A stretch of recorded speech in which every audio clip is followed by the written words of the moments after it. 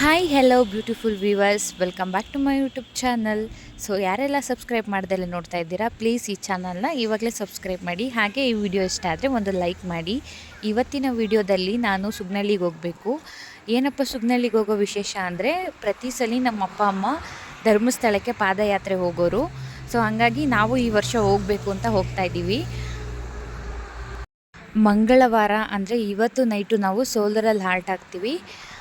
ಬುಧವಾರ ಅಂದರೆ ಮಧ್ಯರಾತ್ರಿ 1:30-2 ಗಂಟೆಯಿಂದ ಸ್ಟಾರ್ಟ್ ಮಾಡ್ತೀವಿ ನಾವು ನಡೆಯೋಕ್ಕೆ. ಸೊ ಡೈಲಿ ನಾವು ಎಲ್ಲೆಲ್ಲಿ ಹಾಲ್ಟ್ ಆಗ್ತೀವಿ ಅಲ್ಲೆಲ್ಲ ನಾನು ನಿಮ್ಗೆ ಇನ್ಫಾರ್ಮೇಷನ್ ಕೊಡ್ತಾ ಇರ್ತೀನಿ. ಸೊ ಮಧ್ಯದಲ್ಲೂ ಜಾಯ್ನ್ ಆಗೋರು ಜಾಯ್ನ್ ಆಗ್ತಾನೆ ಇರ್ತಾರೆ. ಹಾಗೆ ಹೋಗಬೇಕು ಅಂತ ಅಂದ್ಬಿಟ್ಟು ಬೇಗ ರೆಡಿ ಆದೆ. ಬೆಳಗ್ಗೆ ಎದ್ದ ತಕ್ಷಣ ಒಂದು ಗ್ಲಾಸ್ ಕಾಫಿ ಮಾಡಿಕೊಂಡೆ. ಯಾವಾಗ್ಲೂ ಬೆಳಗ್ಗೆ ಎದ್ದ ತಕ್ಷಣ ಕಾಫಿ ಕುಡಿದ್ಮೇಲೆ ಮೈಂಡ್ ರಿಲೀಫ್ ಅಂತ ಅನಿಸೋದು. ಅದಾದಮೇಲೆ ಸ್ನಾನ ಮಾಡೋಕ್ಕೆ ನೀರು ಉರಿ ಹಾಕ್ತಾಯಿದ್ದೆ. ನಮ್ಮ ಮನೆಯಲ್ಲಿ ಯಾವಾಗಲೂ ಹಂಡೆ ಒಲೆಯಲ್ಲೇ ನೀರು ಕಾಯಿಸಿ ಸ್ನಾನ ಮಾಡ್ಕೊಳ್ಳೋದು. ಇದರಿಂದ ಕೂದಲು ಉದುರೋದು, ಹೇರ್ ಫಾಲ್ ತುಂಬ ಕಡಿಮೆ ಆಗುತ್ತೆ. ನಾನು ಇತ್ತೀಚೆಗೆ ಯಾವ ರೀತಿ ಹೇರ್ ಪ್ಯಾಕು ಸಹ ಯೂಸ್ ಮಾಡಿರಲಿಲ್ಲ, ಯಾಕಂದರೆ ಡ್ಯೂಟಿಗೆ ಹೋಗೋ ಬ್ಯುಸಿಲಿ. ಹಾಗಾಗಿ ನಾನು ಇವತ್ತು ಫ್ಲೆಕ್ಸಿಡ್ ಹೇರ್ ಪ್ಯಾಕ್ನ ಯೂಸ್ ಮಾಡೋಣ ಅಂತ ಮಾಡ್ಕೊತಾ ಇದ್ದೀನಿ. ನಿಮಗೆ ಎಷ್ಟು ಫ್ಲೆಕ್ಸಿಡ್ ಬೇಕು ಅದನ್ನು ಒಂದು ಪಾತ್ರೆಗೆ ಹಾಕ್ಕೊಂಡು ಸ್ವಲ್ಪ ನೀರು ಹಾಕಿ ಒಂದು 15 ಮಿನಿಟ್ಸ್ ಬಿಡಿ, ಅದು ಜೆಲ್ಲಿ ಥರ ಆಗುತ್ತೆ. ಅದಾದಮೇಲೆ ಗ್ಯಾಸ್ ಮೇಲೆ ಒಂದು 15 ಮಿನಿಟ್ಸ್ ನೀವು ಲೋ ಫ್ಲೇಮಲ್ಲಿ ಬೇಯಿಸ್ಕೊಂಡ್ರೆ ಸಾಕು. ಅದಾದಮೇಲೆ ತಲೆಗೆ ಹೇರ್ ಪ್ಯಾಕ್ ಹಾಕ್ಕೊಂಡೆ. ಹಾಗೆ ಸ್ವಲ್ಪ ಪಾತ್ರೆ, ಬಟ್ಟೆ ಎಲ್ಲ ಇತ್ತು. ನಮ್ಮ ಮನೇಲಿ ನಾವು 3 ಜನ ಇರೋದ್ರಿಂದ ನಮ್ಮ ಅತ್ತೆ, ನಮ್ಮ ಅಕ್ಕ, ನಾನು ಒಬ್ಬರು ಒಂದೊಂದು ಕೆಲಸನ ಹಂಚ್ಕೊಂಡು ಬೇಗ ಬೇಗ ಕೆಲಸಗಳು ಮಾಡ್ಕೊತೀವಿ. ಅದಾದಮೇಲೆ ದೇವ್ರ ಪೂಜೆ ಮಾಡಬೇಕು ಅಂತ ನೆಲ ಒರೆಸಿ ಕಸ ಎಲ್ಲ ಗುಡಿಸಿ, ಅದಾದಮೇಲೆ ಹೊಸ್ಲು ತೊಳೆದು ಅರ್ಶಿನ ಕುಂಕುಮ ಇಟ್ಟು ಹಾಗೆ ಹೊಸ್ಲು ಮೇಲೆ ಇದು ಚಾಪೀಸಲ್ಲಿ ನಾವು ಇದನ್ನು ಬರಿತಾ ಇದ್ದೆ. ಆಗಲೇ 2:30-3 ಗಂಟೆ ಆಗಿಬಿಟ್ಟಿತ್ತು ಟೈಮು. ಅದಕ್ಕೆ ಬೇಗ ಬೇಗ ಪೂಜೆ ಮಾಡಬೇಕು ಅಂತ ಅಂದ್ಬಿಟ್ಟು ಬೇಗ ಬೇಗ ಎಲ್ಲ ಗಾಣ ತೊಳೆದು ಅರ್ಶಿನ ಕುಂಕುಮ ಇಟ್ಟು ಗಾಣಗೆ ಪೂಜೆ ಮಾಡಿದೆ. ಇದೇ ಟೈಮ್ಗೆ ನಮ್ಮ ಮನೇಲಿ ಜಂಗಮರು ಬಂದರು. ಅವರು ಅವಾಗವಾಗ ಮನೆಗೆ ಬರ್ತಾನೆ ಇರ್ತಾರೆ. ಕೆಲವೊಂದು ಮಕ್ಳುಗಳು ತುಂಬ ಹೆದರ್ಕೊತಾರೆ, ಆದರೆ ನಮ್ಮ ಜಾನು ತುಂಬ ಧೈರ್ಯಶಾಲಿ, ಅವ್ರನ್ನ ಕಂಡ್ರೆ ಹೆದರ್ಕೊಳ್ಳಲ್ಲ.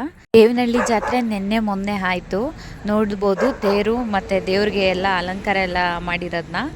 ಇವಾಗ ನಾವು ಯಾವಾಗಲೂ ನಮ್ಮೂರಿಗೆ ಬರಬೇಕು ಅಂದರೆ ದೇವನಹಳ್ಳಿ ಕೋಟೆಯಿಂದನೇ ನಾವು ಬರೋದು. ನೀವು ನೋಡ್ತಾ ಇದ್ದೀರಲ್ಲ, ಇದೇ ದೇವನಹಳ್ಳಿ ಕೋಟೆ. ಈ ಸಲ ಫಸ್ಟ್ ಟೈಮ್ ನಾವು ಧರ್ಮಸ್ಥಳ ಪಾದಯಾತ್ರೆ ಹೋಗ್ತಾ ಇರೋದು. ನಾನು ಪ್ರತಿ ವಿಡಿಯೋ ಅಪ್ಡೇಟು ಸಹ ನಾನು ಯೂಟ್ಯೂಬಲ್ಲಿ ಹಾಕ್ತಾಯಿರ್ತೀನಿ. ಸಾಧ್ಯವಾದಷ್ಟು ಅವಾಗವಾಗ ಲೈವ್ ಬರ್ತಾ ಇರ್ತೀನಿ. ಎಲ್ಲರೂ ನೋಡಿ ನನ್ನ ಚಾನಲ್ನ ಸಬ್ಸ್ಕ್ರೈಬ್ ಮಾಡಿ. ಹಾಗೆ ನಿಮ್ಮ ಫ್ರೆಂಡ್ಸು, ಫ್ಯಾಮಿಲೀಸು, ಸ್ಟೇಟಸ್ಗೆಲ್ಲ ಶೇರ್ ಮಾಡಿ. ನೀವು ಯಾವ ರೀತಿ ಸಪೋರ್ಟ್ ಮಾಡ್ತೀರಾ, ನಾನು ಆ ರೀತಿ ಇನ್ನೂ ಚೆನ್ನಾಗಿ ವೀಡಿಯೋಸ್ ಮಾಡ್ತಾಯಿದ್ದೀನಿ. ದೇವನಹಳ್ಳಿಯಿಂದ ಸುಗ್ನಳ್ಳಿಗೆ ಹೋಗಬೇಕು ಅಂದರೆ ಒಂದು 90-95 ಕಿಲೋಮೀಟರ್ಸ್ ಆಗುತ್ತೆ. ಅದರಲ್ಲೂ ಬೈಕಲ್ಲಿ ನಾವು ಒಂದು 2 ಗಂಟೆ 3 ಗಂಟೆ ಟೈಮಲ್ಲಿ ಹೋಗ್ತಿದ್ದಿದ್ದು. ಬಿಸಿಲು ತುಂಬಾ ಇತ್ತು. ಹಂಗೋ ಹಿಂಗೋ ಅಂದ್ಕೊಂಡು ನಮ್ಮ ಸುಗ್ನಳ್ಳಿ ಬಂದೇ ಬಿಡ್ತು. ಇದೇ ನಮ್ಮೂರು, ನಾನು ಹುಟ್ಟಿದ ಊರು ಸುಗ್ಗನಹಳ್ಳಿ. ಮನೆಗೆ ಬಂದು ಜಾನು ಪ್ರತಿ ಸಲ ಮನೆಗೆ ಹೋದಾಗ ಅವಳಿಗೆ ಆಶ್ಚರ್ಯ ಆಗ್ತಾ ಇರುತ್ತೆ. ಯಾಕಂದರೆ ನಮ್ಮ ಮನೇಲಿ ಸೋಫಾ ಒಂದು ಕಡೆ, ದಿವಾನ ಒಂದು ಕಡೆ ಅವಾಗವಾಗ ಚೇಂಜ್ ಮಾಡ್ತಾನೆ ಇರ್ತೀವಿ.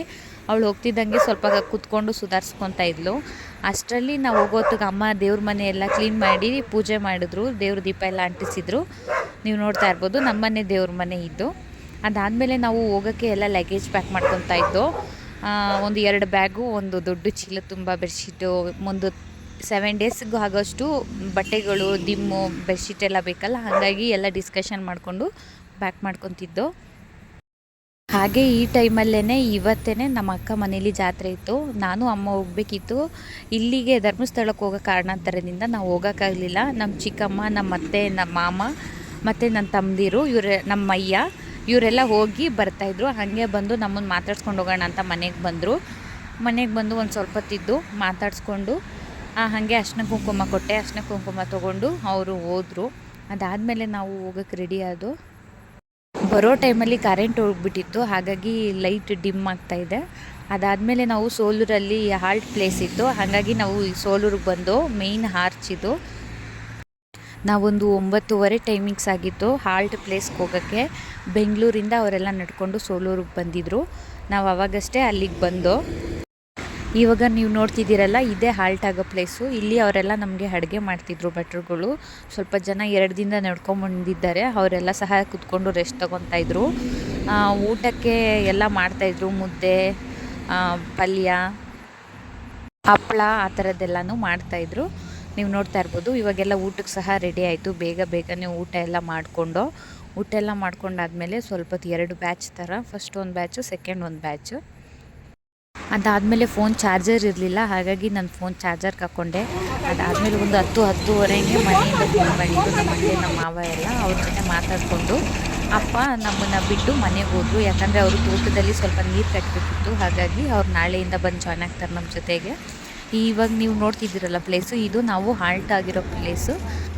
ಮುಂಚೆನೇ ಜಾಗಗಳೆಲ್ಲ ಬುಕ್ ಮಾಡ್ಕೊಂಡಿರ್ತಾರೆ, ಯಾಕಂದರೆ ಉಳ್ಕೊಳ್ಳೋಕ್ಕೆ ವ್ಯವಸ್ಥೆ ಎಲ್ಲ ಫಸ್ಟೇ ಮಾಡಿರ್ತಾರೆ. ಐ ಹೋಪ್ ಈ ವಿಡಿಯೋ ಇಷ್ಟ ಆದರೆ ಪ್ಲೀಸ್ ನನ್ನ ಚಾನಲ್ನ ಸಬ್ಸ್ಕ್ರೈಬ್ ಮಾಡಿ. ಬಾಯ್.